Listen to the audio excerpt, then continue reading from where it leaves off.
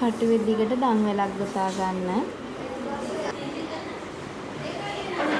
කොටුව පටන් ගන්නකොට කටුවේ තියෙන දම්වැල නැතුව දෙවෙනි දම්වැල ඇතෑරලා තුන්වෙනි දම්වැල මැදින් කටුව දාලා කොලේ අරගන්න.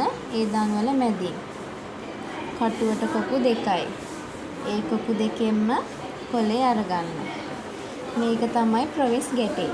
ඒ විදිහටම හැම දම්වැලක් මැදින්ම කටුව දාලා ප්‍රොවිස් ගැටේ ගොතා ගන්න.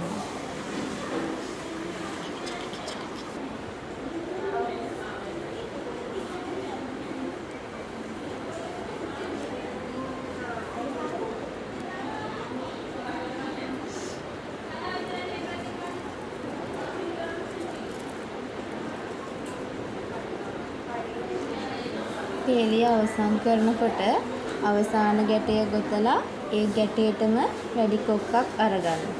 අරගෙන මේ කොලේ උඩට අදින්න.